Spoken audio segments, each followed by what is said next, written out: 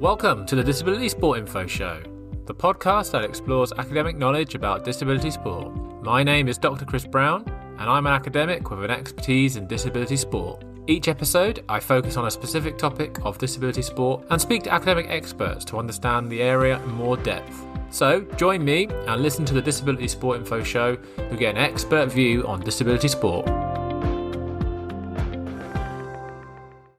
Today, I am joined by Lyndsey Hollands, who works at British Cycling. Lyndsey, thank you for joining me today. Could you just tell me a little bit more about your role at British Cycling, please? Yeah, hi Chris, it's great to chat to you today. My role at British Cycling, I am strategic lead for disability and inclusion. Essentially, it's my job to make our sport as disability inclusive as we possibly can and increase the number of disabled people accessing cycling. Pretty easy strapline, but probably quite difficult to achieve. So what kind of things do you do on a day-to-day basis? We've got sort of a number of different strategies in order to do that. I work sort of across the business. I'm part of a team of strategic leads, actually, which is a bit of a recent shift for British Cycling. So there's four of us. I'm the strategic lead for disability inclusion. I have a colleague, strategic lead for children and young people. My other colleague, strategic lead for physical activity health. And we also have a women and girls strategic lead. So we work sort of across the business to really support all of our colleagues to ensure that each of our subject areas are sort of embedded and included in all areas. And that's quite a new shift, actually, which is really, really quite exciting. And we're probably at the start of that journey. But then we each kind of have our own individual products and programs. And as an NGB, we are moving towards a sort of a program and product system, I guess, or setup to really try and tackle those inequalities. So obviously, I'm doing that for disabled people. And so you said you're a disability and inclusion lead. So does inclusion also capture other protected characteristics, or is it just disability? Because I'm curious about how much of your role is dedicated specifically to disability. Yeah, it's a really great question. And for me, it is, disabilities. So your physical disabilities, visual impairments, neurodivergence, sensory impairments, anything like life-limiting health conditions, all of that. But yeah, very specific to disabled people. And those other sort of inclusive elements are picked up with other colleagues and our wider D&I strategy. Okay, thank you. How easy do you find it to be able to battle for your particular strategic focus compared to your other colleagues? Of course, you're going to be working together, but how do you find British Cycling's approach to disability has changed over the years, and what's it like now? I'm in a really privileged position because I think it's in a good place. I think historically, I mean, imagine the organisation would admit we probably haven't done enough for disabled people in our sport. And because of sort of recent things that I'm sure we'll be chatting about soon, we are in an amazing position to make a difference to disabled people.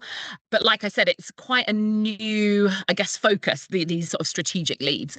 But I think the setup of like that sort of the structure within the organisation we're in a really good place to start to influence and really embed inclusion into the business of cycling. Okay, and in terms of the participation landscape for cyclists in the UK or Britain, what's it like for, say, people who want to be cycling at a grassroots level? What kind of the main challenges that some people might face? Are you able to expand on that a little bit, please? Yeah, absolutely.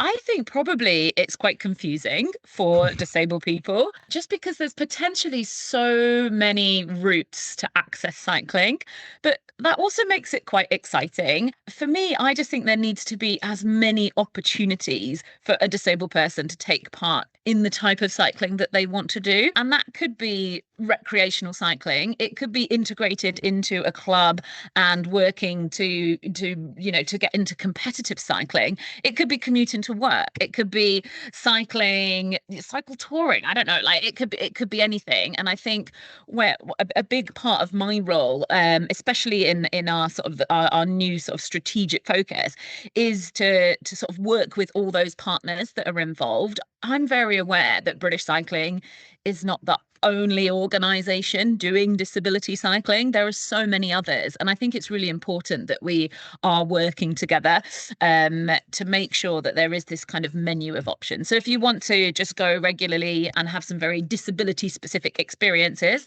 then amazing. There's definitely that opportunity out there for you. If you want to go and be integrated into a club environment and cycle weekly on the weekly club run, then that opportunity is out there as well. So yeah, it's my job to make sure that there's this, I think, connected landscape for sure. But I do agree, it's very, very confusing. And in terms of like the national picture, how does cycling differ depending on where you are based in the UK or the Britain? It's I would like to think that it's certainly improving. So when I first started in the role, so I've been in British cycling 3 years now.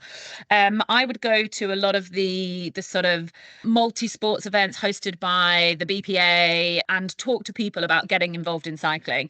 And I was a little bit embarrassed when people would come to me and say, "Oh, I live in Crawley, where can I take part?" Or, I live here. And I didn't have an answer. I didn't have the knowledge, or I didn't have a suitable club that I was confident to say, actually go along to this club. They're going to be able to meet your needs. But through our Limitless program, we've been working to create this network of inclusive clubs, disability inclusive clubs across the country.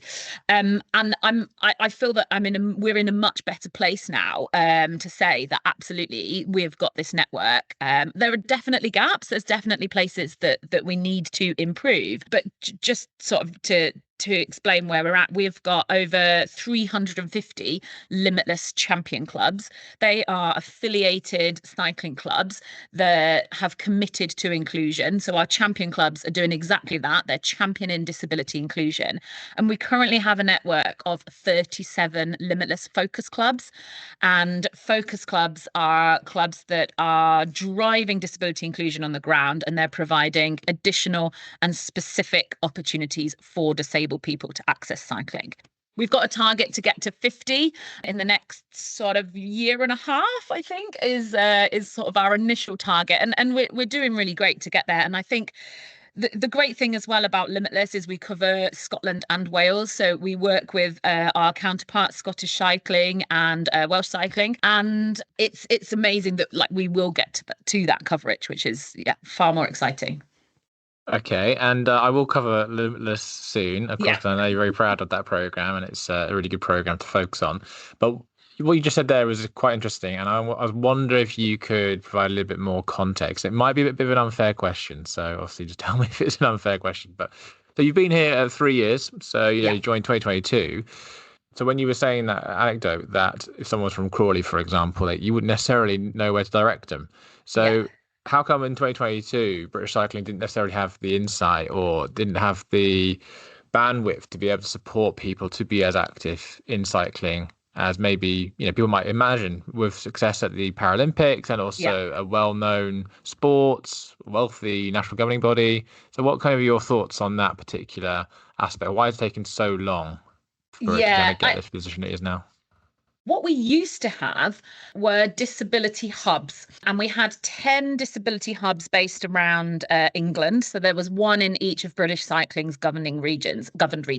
And those hubs, there wasn't a sort of obvious program of what they were meant to deliver. Some clubs offered really progressive coaching and were linked to local club networks. Some hubs were quite sporadic.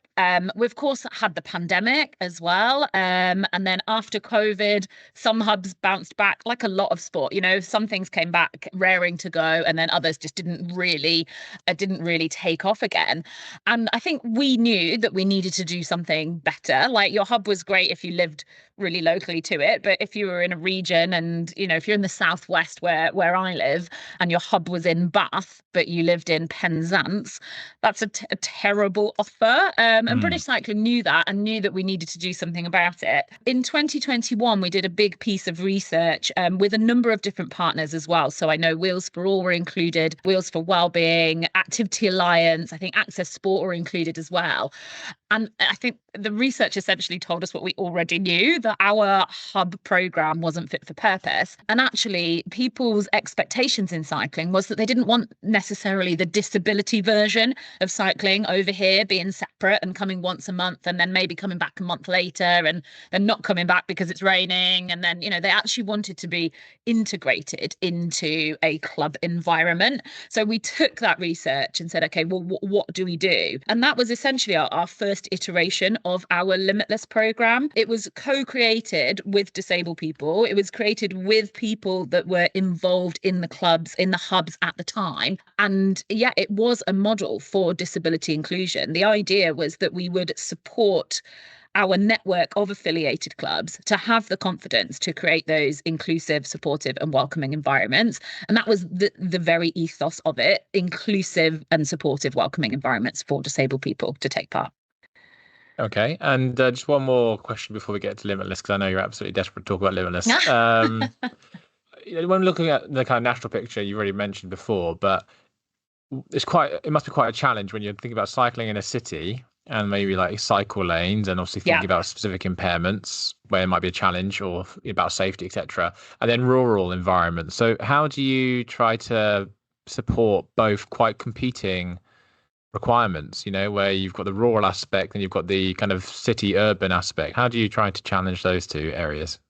Yeah, I think that is where our network of inclusive clubs really come into their own. Because if we can give people the confidence to cycle, so if we can teach people, we can make sure people have access to try different types of non-standard cycles and find something that's suitable and works for them.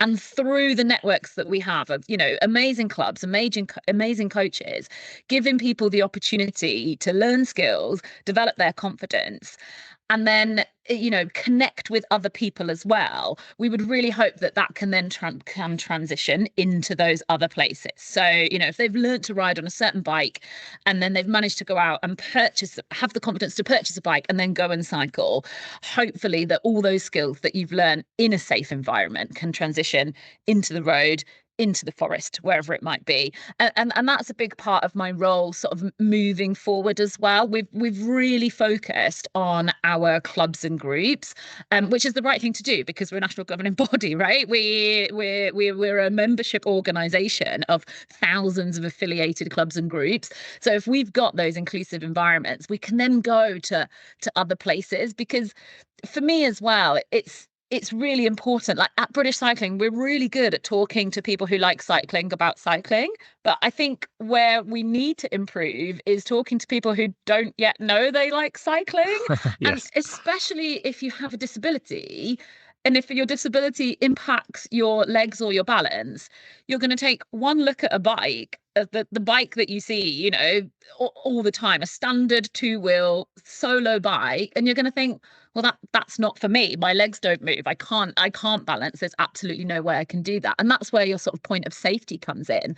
So I think we need to, and we will be, working with other partners and other organisations to actually take cycling to where people might want to cycle. Because if you've not even thought about getting on a bike, you're not going to look on the British Cycling website, and you're certainly not going to find our disability offer. So we need to be working with disabled people's organisations, with places and with partners where people might want to ride a bike, like Forestry England, for example, and take our specific disability inclusive programmes out into those places to encourage people back into our pathway that way.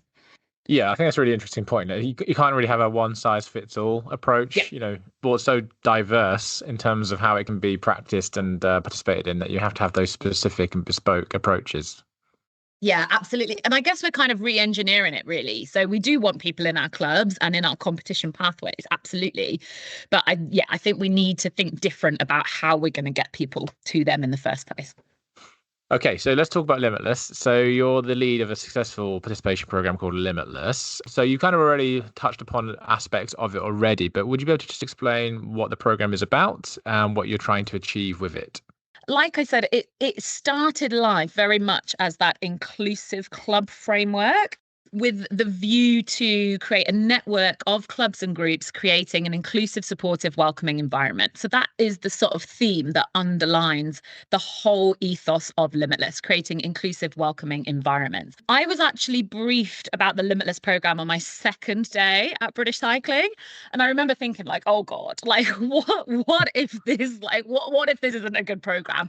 But I was genuinely really, really excited about it. So the team that had worked on it previously, it was it was really, really good. And then when I asked the questions about the numbers of clubs, I was given like really conservative figures, and I remember thinking like, that doesn't sound like enough clubs and groups. Like we've got, I think, over 2,000 affiliated clubs, and I think initially we wanted to get to 50 champion clubs. But at that time, where we were as a national governing body, that was what we had funding for, and that was sort of how it was placed. Then, sort of fast forward a couple of months with British Cycling, as a national governing body, we went into partnership with Shell UK, a wider partnership across a number of different pillars across the business. And Shell came to us and said they wanted to do a programme on social impact. So we pitched to them the Limitless programme. And they came back and were positive, and they said, okay, well, we need to amplify it. And then that's when I got really excited, because I was like, oh, well, this is great. Instead of the 50 Limitless clubs that we spoke about, the Limitless champion clubs, we'll go for 500, and we'll go across Scotland, and we'll go across Wales, and we'll fund 50 focus clubs. And yeah, that's what we've did. So we're 2.5 years in now. Like I mentioned earlier, I've got over 350 Limitless champion clubs. They're the ones championing inclusion. And then our Limitless focus clubs, 37 at the moment, providing additional and specific opportunities. And the Limitless programme has funded those clubs to break barriers and inspire change. And I think that's sort of another key part of it. We really want to remove the barriers that disabled people face. And we know that there's really stubborn challenges, as you touched upon earlier. And that's the great thing about having a commercial partnership, because unlike sort of typical Sport England programs, or it isn't direct, like it isn't a real, I guess, directive that you have to do a certain thing. There definitely isn't a one size fits all. Clubs are doing amazing things and different things for different people and different impairment groups in different areas. So we'll have a tandem club, tandem trekkers, up in the northeast, and we'll have a children's youth club down in Devon. So everyone is doing entirely different things, but to cater for the needs of their community. And that's the amazing thing that Limitless can do. Okay, so just to try and get the nuts and bolts of the program, because Yeah. I'd love to learn a little bit more. So from my understanding, which obviously correct me if I'm wrong, or you are the lead. So you've got these kind of champion clubs or hubs of kind of Limitless who are kind of there to promote and champion inclusion. Do you provide funding to those particular clubs and then kind of say to them that your local area, your local population, you use this funding however you see fit, get on with it? Or do you have like a certain kind of prescribed guidelines that you say they need to work within, but then they still got a bit of autonomy? I don't know if you're able to kind of just flesh out a little bit more detail about how Limitless actually works in practice. Yeah, absolutely, Chris. It's actually a bit of both. So our Limitless focus clubs are the clubs that we support with funding. And we do say exactly that. What are the challenges you're experiencing? What are the barriers you want to remove? And what would you need funding for? What is going to make an impact at your club, in your community? And that might be, and the biggest one is always access to equipment. It's a fleet of bikes. They would like a newer and non-standard cycles. They would like a wider range of, they might have one hand cycle and one recumbent trike, but that one, if you can help one person with a spinal injury or one person who might have had a stroke with, with those two bikes. So we always ask the clubs what is their need, and that will be very different, and that's absolutely fine. It might be that the club want to put on additional sessions and need to use funding to pay for a facility, or would like extra volunteers. So yeah, it is very much down to the needs of each individual club.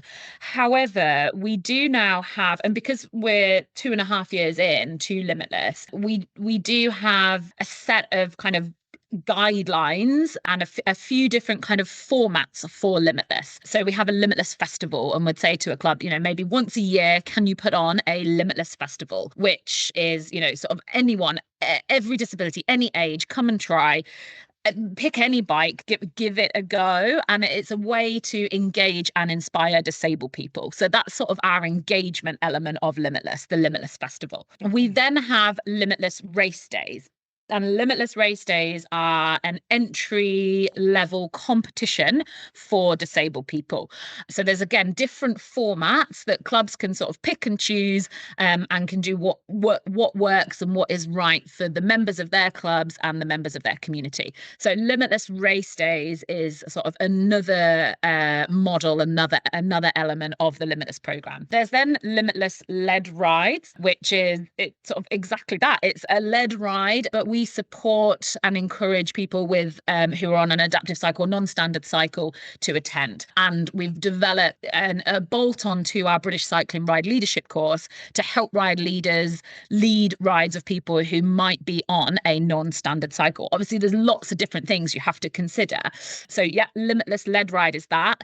And the great thing about that is then taking people, they might go to a club and go to the same circuit or the same athletics track and cycle around, but having Limitless Led Rides means that people can go and experience a different area, maybe get out into the countryside and have that confidence because they're doing it with other disabled people and ride leaders who are trained to lead that.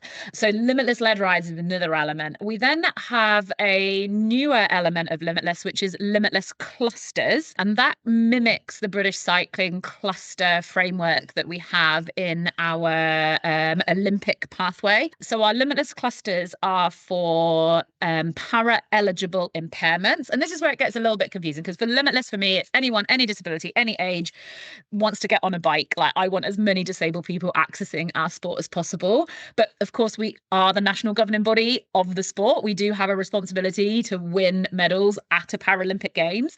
So Limitless cluster is kind of that entry route into our talent pathway. And we are beginning to see more clubs take on that element of Limitless as well. So for para-eligible impairments, so just to recap, for cycling, that is for physical disabilities and visual impairments. And yeah, that's sort of another piece of the Limitless puzzle, really. So we can go to clubs and say, what are your challenges? What are your barriers? How can we help you? A lot of clubs will be like, well, we don't know. We just, we want more disabled people. That's why we've come to you.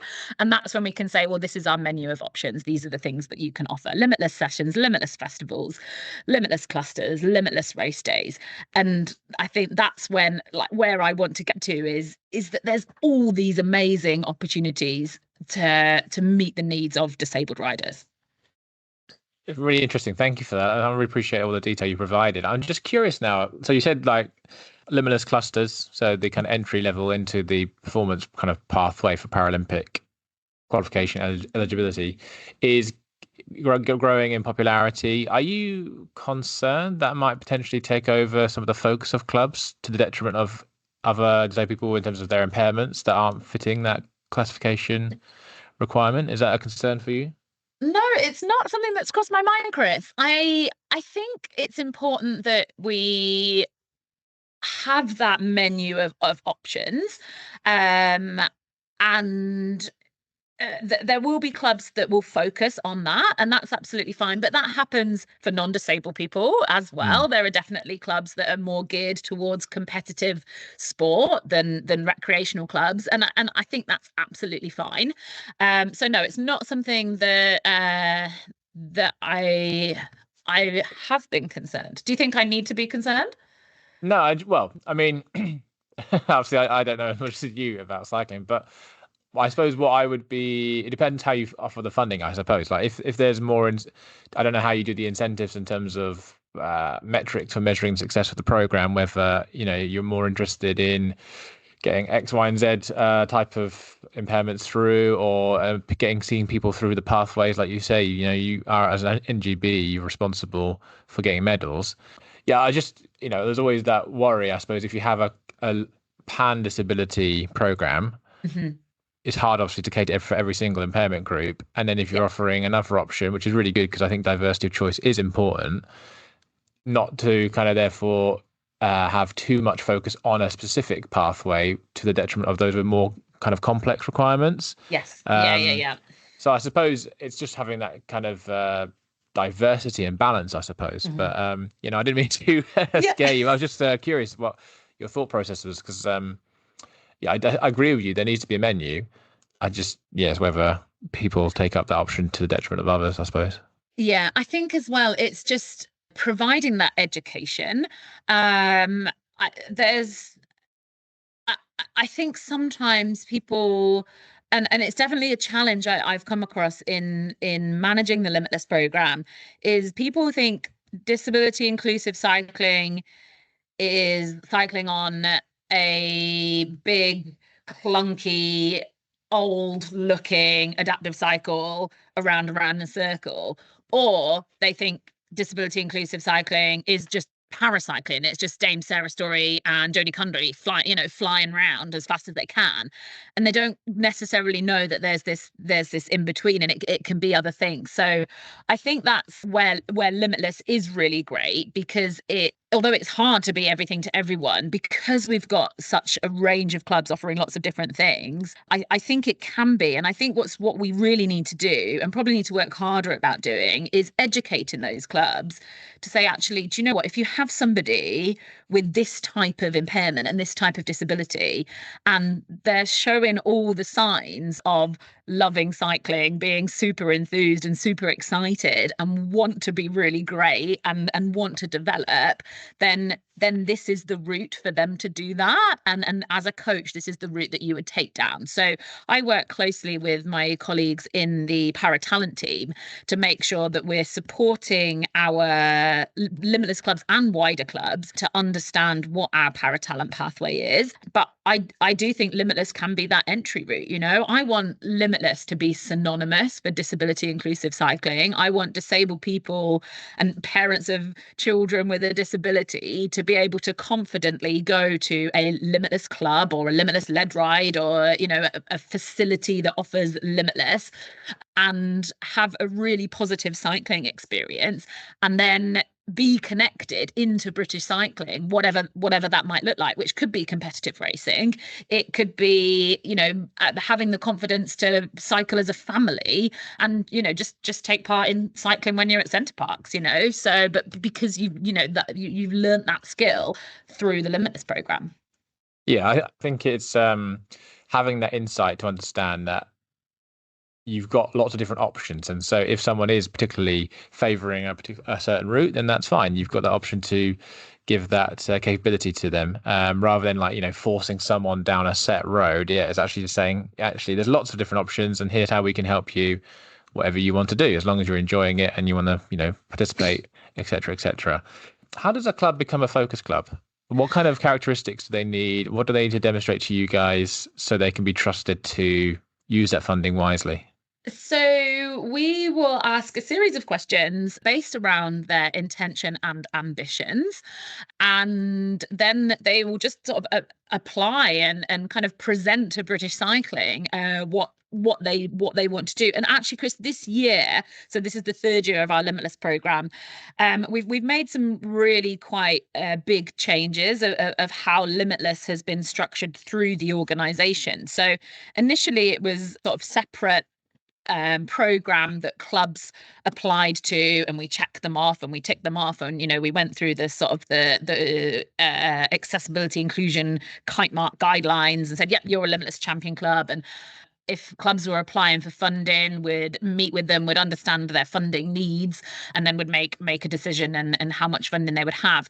But what we did at the back end of last year was we embedded Limitless champion club status into our club affiliation process as standard. So each year as a club re-affiliates to British Cycling, they can select that point of affiliation to be part of that Limitless network, which is actually huge for us as a sport because it really shows that we are working to embed inclusion into the business of cycling.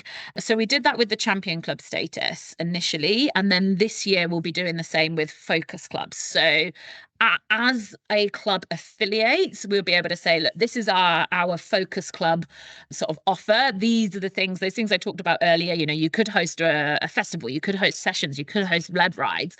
Do you want to be a part of it? Or, you know, tell us what your challenges and barriers are. Tell us the change that you want to make. Tell us the impact that you think funding will make for you, and then we'll make a decision that way. So I've built relationships up with all of our Limitless focus clubs. They check in usually every quarter about what they're doing, how it's going, how they're spending their money.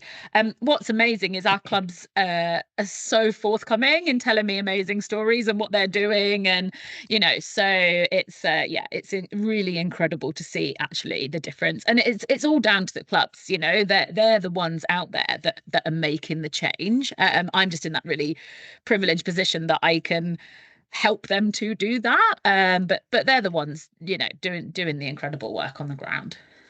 And how does British Cycling measure success of Limitless? Because I suppose some of the critiques that might be levelled at programs from national governing bodies might be like, it's a tick box culture, like you kind of measure people coming in or like they've engaged with the session, but they're not necessarily capturing the longevity of that behaviour change. So I wonder how you would respond to that critique and also what the success metrics are for British Cycling. Yeah, it is a really interesting one, isn't it? Because we do that sort of qualitative data measure. You know, I'm probably like the clubs would say I'm probably pestering them. We check in every quarter. They're brilliant. They send in data. So at our last data count, we'd reached 5,551 riders. Our target was 5,000 in the first 4 years. So it's amazing that we're ahead of that. But I've been saying it so much since we announced that statistic. Like, I don't want to meet the target but miss the point. Like, we might have engaged all these people, but you're absolutely right. Like, what does that actually mean? Like, can all these people go and exactly how you said, confidently cycle to work, or you know, have they got the mechanisms to actually own their own non-standard cycle? Because we still know that purchasing an adaptive bike that suits your needs isn't the easiest thing in the world to do. So I think where we really start to see is the stories and the lived experience that's coming through from our clubs and from our individuals. And we recently launched a new Limitless campaign video. It's called Break Barriers, Inspire Change. We filmed at 4 different Limitless clubs and Limitless venues. So we filmed down with the Cornwall Bicycle Project, obviously in Cornwall, filmed with Limited Edition, which are a club in South London, filmed at Herne Hill Velodrome. They're one of our Limitless cluster venues, actually. And then we filmed at Limitless at Cyclo Park in Kent. And we just collected such an amazing array of like life-changing stories. And it sounds, to say life-changing, it like, I'm so inspired by the video every time I watch it. And I think that's the thing that's important. You know, we have like some amazing sound bites from it. Like one lady, Casey, who's actually one of our Limitless ambassadors, she says that, you know, she's found a tribe of people. And I just think, well, that's amazing that people are getting this connection through the Limitless program. One of the gents in it, Jez, he says, oh, well, I cycle places because I can't walk there. And you're like, oh yeah, that's really obvious. Like, and when Yeah. people say it like that, you're like, okay, yeah, this is making a difference. So for me, it's just making sure that people can see that's what cycling can do for somebody, and these are the many benefits and that cycling can have. Okay, yeah, that's really good to hear, and yeah, those powerful stories, obviously, a vindication, I suppose, of as part of the point of the project and the program. And I'm just also interested in the partnership with Shell. Mm. So obviously you've got them as a kind of commercial provider or support in terms of the program. How does that change your approach in terms of this program compared to if you're classically funded through Sport England route? So I'm just kind of thinking about the kind of timelines that are involved, how they may be different, and how much flexibility you might be able to have to prove that behavior change perspective. It's brilliant and it's an amazing partnership. And what's great is it's obviously Limitless is our program. We have full autonomy over it. But Shell being Shell, there's so many amazing things that we can access and can really help to increase that visibility through the wider partnership that we have. So that's an amazing benefit. It also means we can be completely flexible and we can react really quickly. So the sort of plan we had in January year one of Limitless is very different to the plan that we have now. So we can take all the learnings as we go and evolve, you know. So I think Shell just want us to make it as best as it can be. So it's actually really exciting that we can sort of react quickly and move to the changing landscape of disability inclusive cycling and sport in general, really, which I think is a bit different to other funded programs that might be for a short period of time over the summer or something, and it's very, very prescriptive in what you have to do and what you have to achieve, whereas we have our set targets, but actually if we've got a really good reason why we want to do something different and we've taken what we've learned along the way, we're in a really amazing position that we can shape that and focus on something different, a different element of Limitless. So it's grown arms and legs from where we started. We started really focusing on that the club framework, and like I said, we've got those amazing clubs. We've got over 5,000 riders. What I'm really keen to do now is focus on places and partnerships. So sort of that's the direction we'll be taking it in the next couple of years. In terms of your partnership with Shell, obviously it's opened up so many opportunities for you with this Limitless program. Has there been any backlash in the community with Shell as, associated with maybe fossil fuels and potentially the critique that maybe it's greenwashing or anything like that? I don't know what your kind of thoughts there. Also, with Sport England's drive towards sustainability and that being linked to funding, how are they comfortable with Shell being involved in the program? Of course, Shell are trying to do some good work here, but yeah, just kind of interested in your thoughts there and the feedback. I think initially with the wider British Cycling Partnership, yes, there definitely was. However, I think the numbers speak for themselves. And every year when we do an impact report, we do ask the question. So we send a survey out to our riders, out to our clubs. It gets distributed out to riders, and we ask the disabled riders what their thoughts are that the program is directly funded by Shell. And no one has had any challenge. Everyone has said, well, we know the sport needs to be funded. We know adaptive cycles are expensive, so, and we want more of it. So I think in that respect is we are making such a difference and we need funding to make that difference. We've sort of gone past the people that were upset about it, and they will always be upset about it, and that's their choice and their values and their beliefs. But we are making a difference to disabled people's lives, and we are making a visible difference to disability inclusive cycling. So I think we just need to keep doing what we're doing really well, and hopefully the success of the program and the success of those lives of disabled people that we're changing, then that will speak for itself. Okay, yeah, thank you. And we kind of talked about some of the learnings already, but I just wondered if you could just critically reflect on the program and kind of think about where maybe there could be further improvements. So you talked about places and partnerships being one area that you're thinking about, but what has worked really well, what has maybe not worked so well, and where do you see it going in the next few years? Where I want to get to is that Limitless becomes business as usual within British cycling. And there's certainly ways we've done that through clubs. We've still got work to do with events. I mentioned the Limitless race days model earlier and sort of disability inclusive events. I think there's still a big piece of work to do there. And as an organisation within British Cycling, we're going through a big programme of modernising our sport. And that will include disability and para events as well. So I am confident that that will come. And I think the learnings that we've had with our race day formats in areas where they've worked really well or wherever they haven't, that will help shape. So it might not have worked as well yet, but I'm a big believer in actually that what we have learned will help shape the success of the future. So one of the mechanisms that we have to deliver Limitless on the ground are Limitless ambassadors. So I have a small team of amazing people out there, but I think how we've done that hasn't been the best that we could have done. So they're ambassadors that are on sort of ad hoc contract. And I think to make more of an impact, I think having a stronger staffing structure of disability inclusion, cycling, officers, managers, whatever, with it embedded into the business could be an amazing way forward. And you look at some of the other national governing bodies who have that team. So I think I would like to see that evolve in the future, and working in partnership to do that, I think will be really, really important.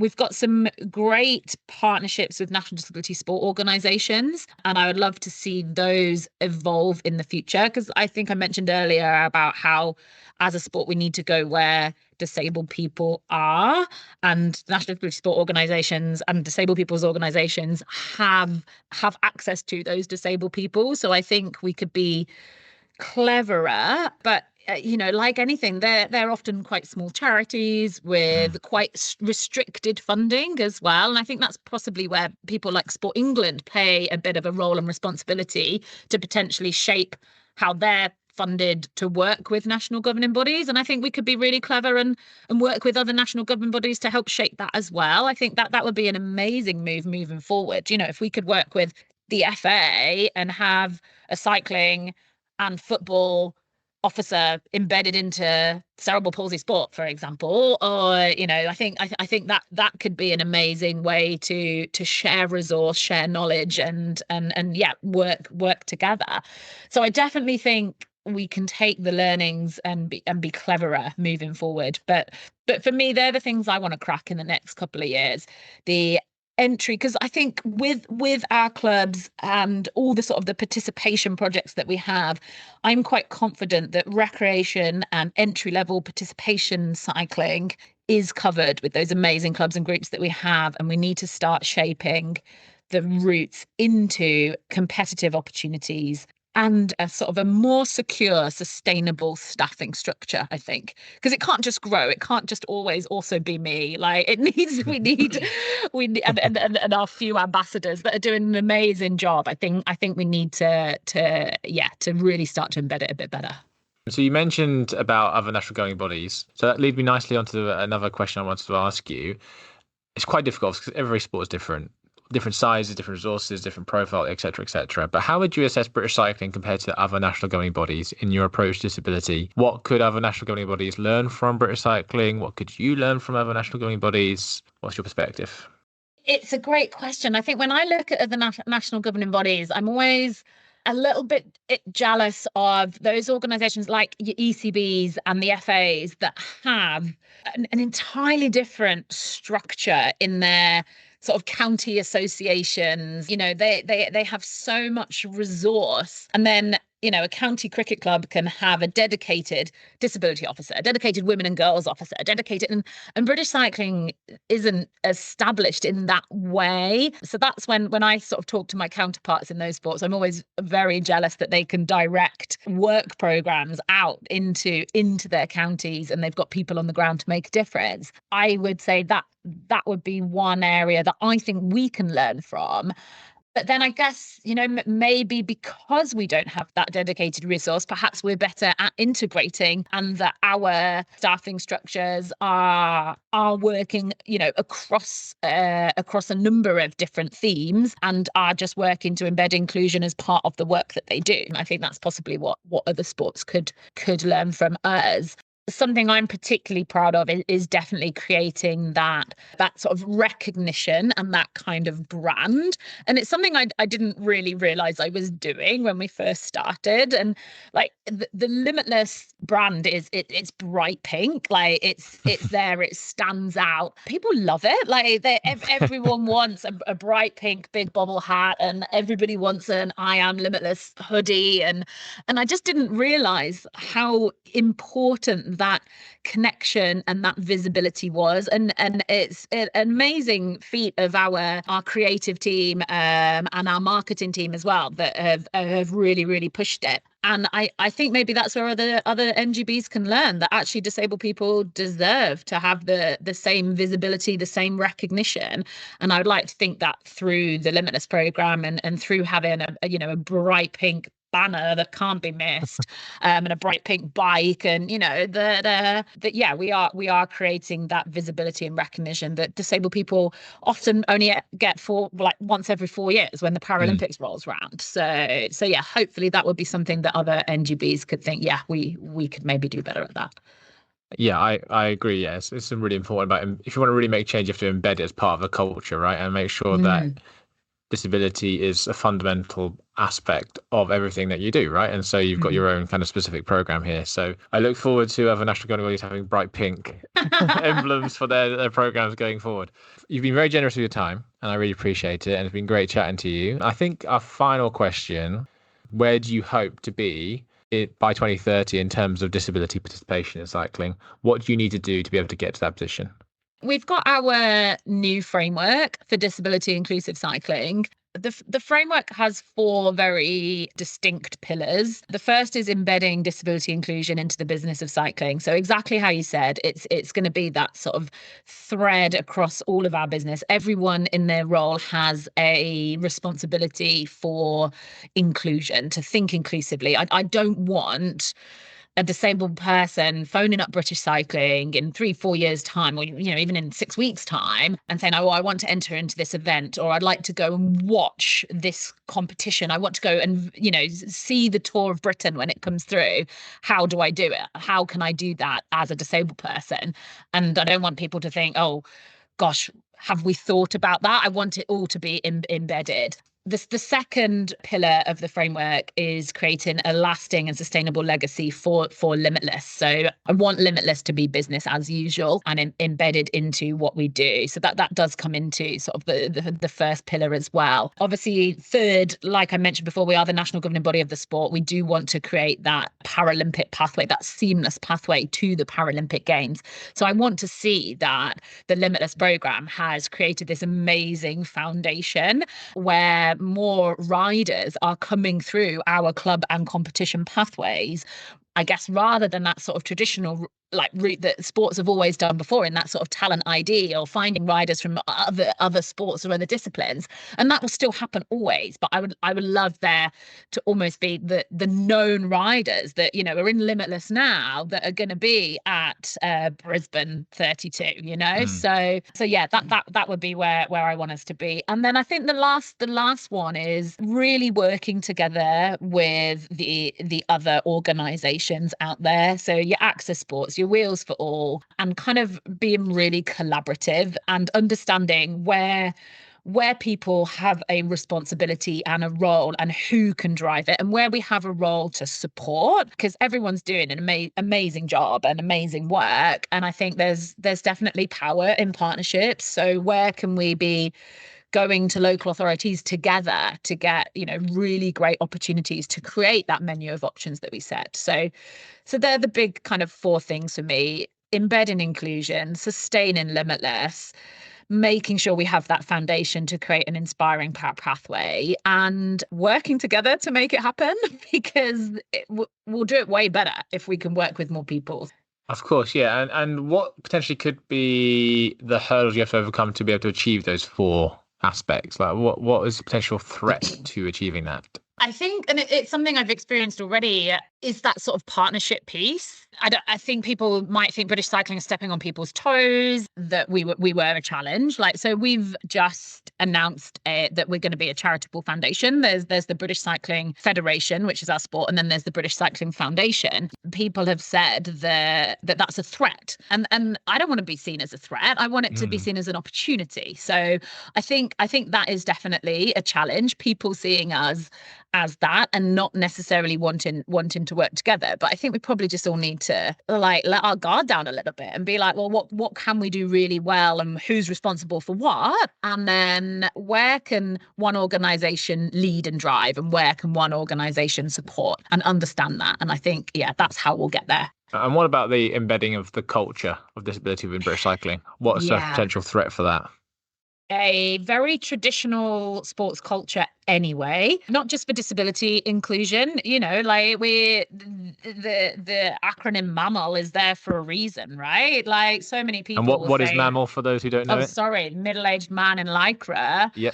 And people will say that cycling is stale pale male. And I think what is really exciting is that modernization of the sport project that I mentioned earlier, and myself and my colleagues as strategic lead for disability inclusion, strategic lead for children, young people, strategic lead for women and girls, and strategic lead for physical activity and health. I think that really, I guess, cements where British Cycling as an organisation wants to go. Like, we want to change the sport and make it more inclusive. We want to change it and make it more appealing for young people. We want to make it more appealing for women and girls. And that's what you have myself and my colleagues there doing. So that is, really, really exciting. But you're right, it is that there's some ingrained traditions and values that we do need to work on, but I hope that structure will really start to help that. And we've got the framework for disability inclusion. There will be frameworks for all those other strategic lead areas as well. So that's kind of,